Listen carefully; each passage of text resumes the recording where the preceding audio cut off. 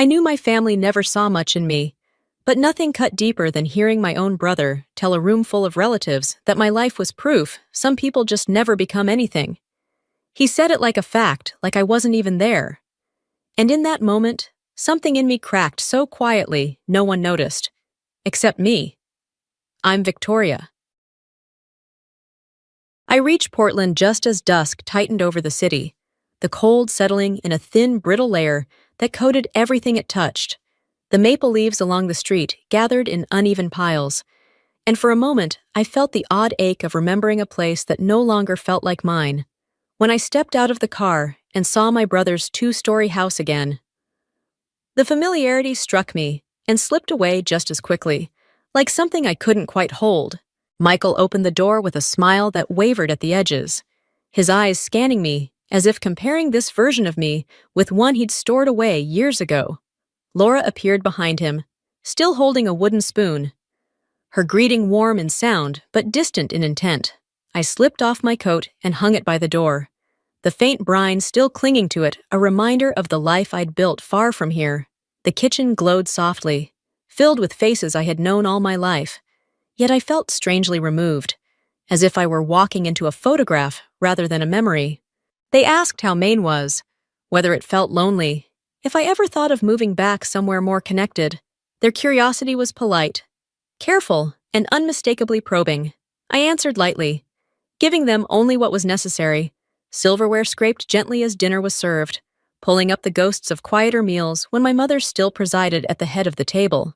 Tonight, the conversation spiraled around careers, renovations, and travel plans. I was mentioned only in passing, as though my life existed on the outskirts of theirs. I simply listened, watching the distance between us stretch, unaware that before the night ended, it would stretch farther than any of us imagined. The tone at the table shifted after the wine made its rounds, and the basket of garlic bread settled between us, without meaning to. Everyone drifted toward the years we rarely acknowledged, grazing the edges of memories no one wanted to touch too hard. My hand tightened around the napkin when Laura began talking about how our mother had shouldered everything alone near the end. She spoke with that careful sympathy people use when they're confident they understood the story. I let her talk. There was no reasonable way to interrupt and say she only knew half of what happened. I had been there in those final days through the long nights, the short breaths, the whispered apologies meant only for me, but at this table, the version they reconstructed belonged to them, not to the woman I had held on to when she couldn't hold on to anything else. I sat still and let their words pass like a tide that didn't know it had pulled away from the shore a long time ago. When my napkin slid off my lap, I reached down to grab it, and that was when my phone vibrated sharp, insistent, nothing like a casual notification. I pressed my hand over it to keep the sound from carrying. It rattled once more, a vibration that shot straight through me. I knew that pattern. I hadn't felt it in years, but my body remembered before my mind did. I angled the screen just long enough to see the red-coded alert. 14 red. Level. Priority. My breath stalled. This wasn't the kind of message you ignored. Not the kind meant to appear while you were sitting at a family dinner pretending to belong. I locked the phone fast and tucked it under the tablecloth, hoping the moment had passed unnoticed. But a faint pulse of light brushed against my collarbone. I looked down. The pendant I always wore had begun to glow with the same coded flicker. Before I could shield it, one of the kids leaned closer. "Aunt Vic, why is your necklace lighting up?" That single question opened a seam in the room. Laura's eyes cut toward me, sharper than before, and Michael's confused smile appeared, as if he hoped I'd laugh everything off. I didn't. Just something I keep with me. I told them. It helps. It wasn't a lie, but it wasn't an explanation either. The pendant dimmed under my palm, its job done, leaving a faint warmth that hadn't been there a moment earlier. The conversation resumed, but something underneath had shifted. I felt it like a thread pulled too tight. No one else sensed the change. But I knew better. Signals like that didn't come without reason. Whatever I had been avoiding was no longer distant.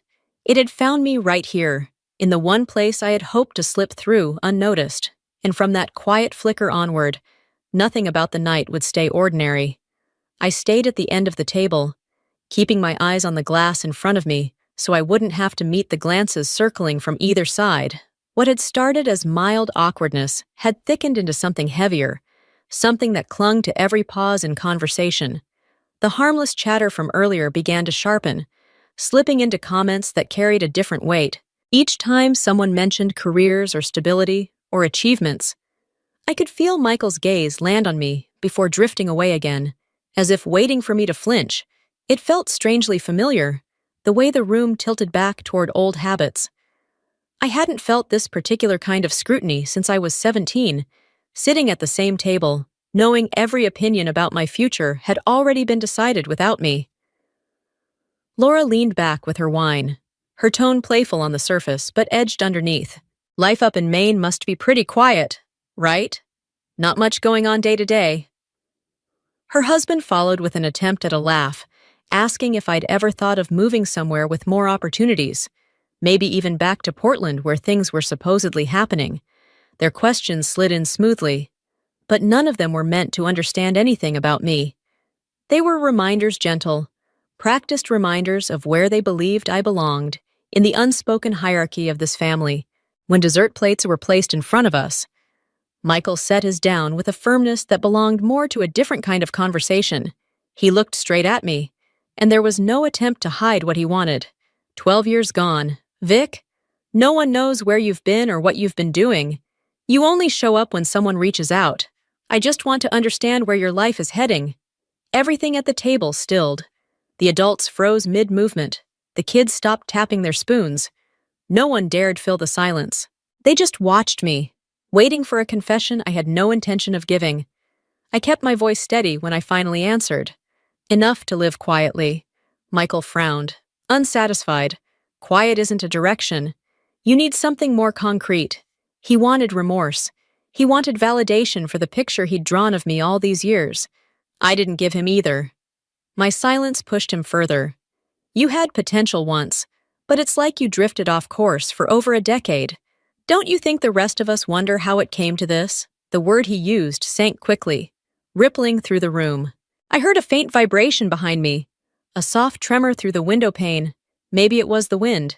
Maybe it wasn't. But it reached me the way certain sounds do when they connect to something deeper. I felt my pulse slow, a familiar shift in my body, a transition into the kind of awareness I had been trained never to ignore. Michael was still talking, insisting on responsibility, commitment, family duty, but his voice blurred into the background as another quick vibration hit my phone short.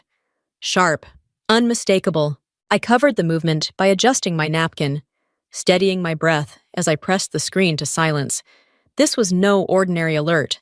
I knew that pattern too well. Michael's voice rose again, frustrated. Everyone here works hard to keep this family together, but you're always gone. You're never here when it matters. The words struck deeper than he realized, not because they were true, but because he had never once paused long enough to see where I had actually been all those times he claimed I wasn't. I opened my mouth, ready to stop the conversation from spiraling further. But then it happened. A low, distant rumble rolled through the air, slow at first, almost like the churn of wind against metal. But it wasn't wind. It was moving closer. And in that instant, I understood with absolute certainty that this night had already crossed the point of no return. The rumble rising in the distance no longer blended with the wind. It was heavier, deeper, carrying a vibration that settled into my ribs before my ears fully registered it. I knew that sound. I had heard it in storms over open water, felt it shake steel decks beneath my boots, watched it carve through fog thick enough to swallow entire ships. Machines that size didn't drift aimlessly. They arrived with purpose and never by accident. Inside Michael's dining room, the noise seeped under the chatter, a muffled disturbance that twisted the air just enough for my pulse to shift.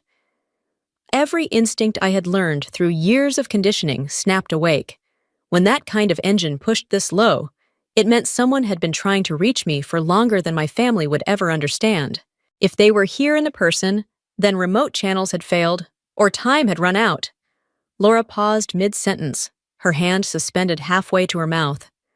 Michael turned toward the window as a faint rattle rolled across the glass. A single water glass trembled against the wooden table, barely noticeable unless you knew what to listen for. I did. I stood slowly, hoping the movement might go unnoticed, but Michael's head whipped toward me. "Vic, what is that?" The sharpness from earlier had drained from his voice, replaced with a tone I rarely heard from him, uncertainty. I didn't answer. Any explanation I could give him would only create more questions, none of which I intended to answer in the middle of a family dinner that had already started to unravel. A sudden sweep of white light cut across the back window, scanning the yard with precision. The maple trees bent violently under a blast of air, leaves swirling in frantic spirals. Laura shot upright, knocking her chair backward. "What is that who flies that low over a neighborhood?" The kids scrambled to the window, pressed against the glass with a mixture of awe and fear. I rushed forward, pulling them back before the next surge of wind battered the pane. "Stay back," I told them, keeping my voice measured even as the roar grew louder. Michael approached me again, studying my face with a seriousness that made him look older than he had an hour ago. "You know what's happening, don't you?" Before I had the chance to speak, the engines thundered through the walls, shaking the entire house. A massive shadow swept over the ceiling, darkening the room for a heartbeat. The chandelier swayed violently, its crystals clattering together in sharp and frantic tones. Laura shrieked as she shielded her children. My brother-in-law flattened himself against the wall, wide-eyed and pale. Then, as if pulled by instinct, Michael moved toward the door leading to the yard and cracked it open. The wind slammed into it instantly. "Don't!" I said, gripping his arm. "Not with that downdraft." His eyes widened at the certainty in my voice. "How do you even know?"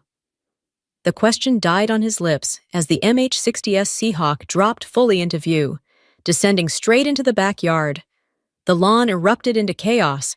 Dry leaves launched into the air like shrapnel. Patio chairs skittered across the concrete. The rotor wash hit the house with a force that made the siding creak. Laura's voice rose above the noise.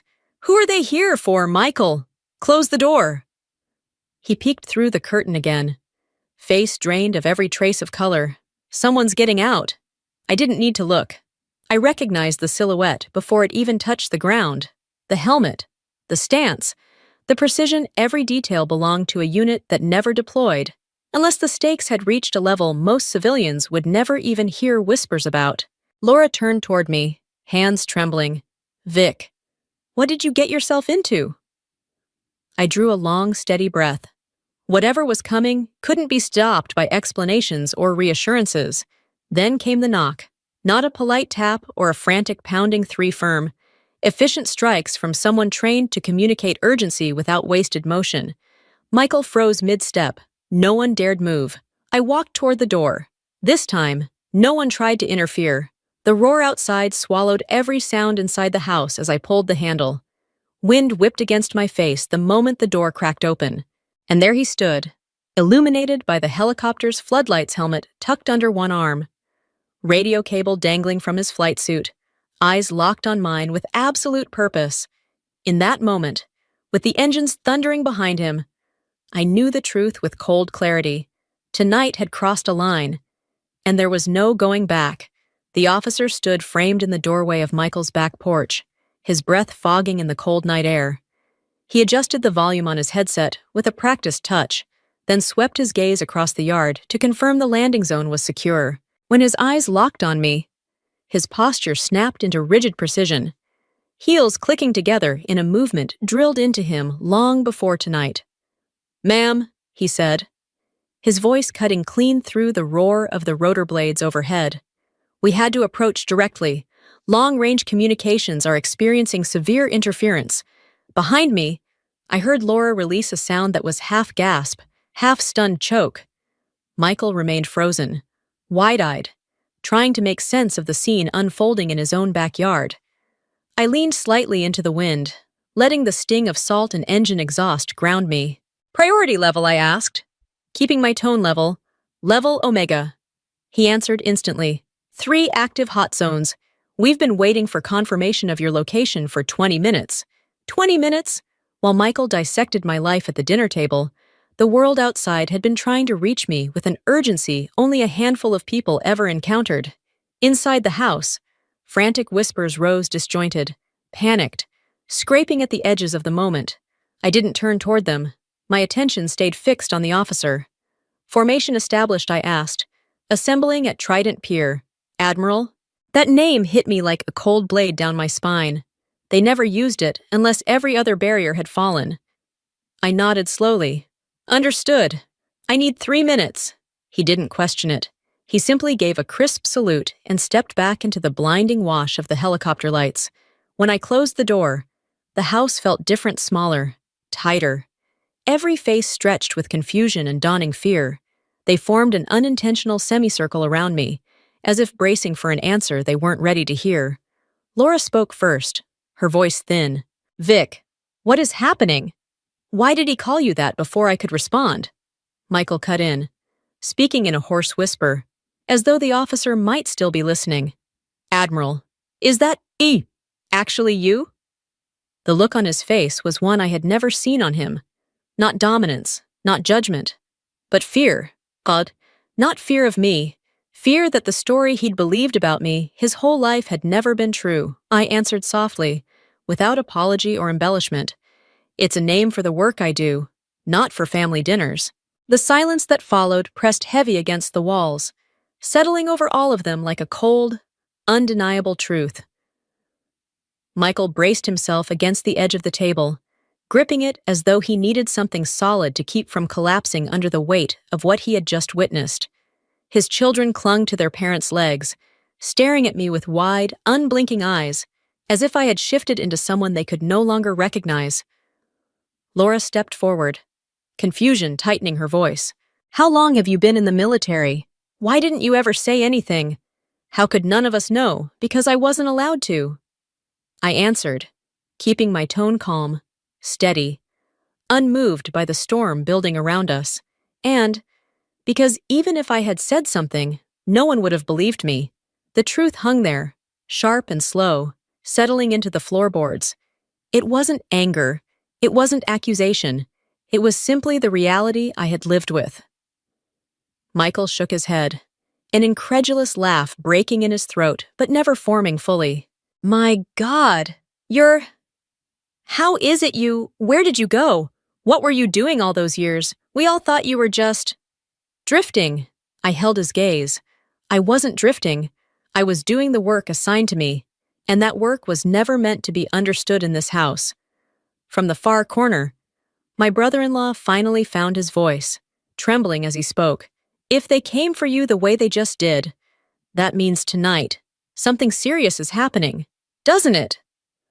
I nodded once, serious enough that they exhausted every other way to reach me. A violent burst of rotor wash slammed against the back windows, making the glass shudder in its frame. The helicopter was lowering, urging, pressing for time. Laura stared at me, her voice barely a whisper. You've lived like this for years, all alone. I let the question sit for a heartbeat before answering. I've done what I had to do. Nothing more, nothing less. No one spoke after that. The silence that filled the room was unlike any I had grown up with. It wasn't dismissive or cold. It wasn't meant to shrink me. For the first time in my life, the silence was acknowledgement, an admission they never had the courage to give out loud. I pulled my coat on and fastened the buttons with the quick, automatic motion that had once carried me through emergencies far harsher than this quiet suburban night. When I turned back, they were all still standing exactly where I had left them. No one tried to stop me. No one reached out. No one attempted to fill the moment with the kind of hollow reassurances families often cling to. Whatever they thought they knew had already fallen apart. Stepping out the back door, the wind struck hard, whipping my hair across my face. The helicopter's floodlights carved a wide white circle across the yard, transforming the grass into a temporary landing zone. The officer stood waiting, arm lifted to guide me toward the steps. I looked back once, just once. They filled the doorway like silhouettes caught between disbelief and fear. The warm yellow light behind them stretching their shadows long across the lawn. No apologies came, no confessions. But I didn't need any of it to recognize the truth settling heavily in their eyes. Don't look at me with the darkness of tonight, I told them softly, the words nearly swallowed by the wind. I've always been who you knew. You just never saw me clearly. Then I turned away, climbing the metal steps. I felt something uncoil inside me, a part of my life slipping off my shoulders as if it had been waiting for this moment. The cabin door sealed shut, engines rising to a thunderous pitch, and within seconds, Michael's house shrank beneath us, a faint, glowing box swallowed by the night. Through the small round window, I saw them motionless under the porch light, small, stunned, and finally silent in a way they had never been with me. I let out a slow breath and closed my eyes, not in exhaustion, but in release. For the first time in years, the sky opened without weight, and I rose into it with nothing left to prove. Nothing left to prove. Nothing left to prove. Nothing left to prove. Nothing left to prove. Nothing left to prove. Nothing left to prove. Nothing left to prove. Nothing left to prove. Nothing left to prove. Nothing left to prove. Nothing left to prove.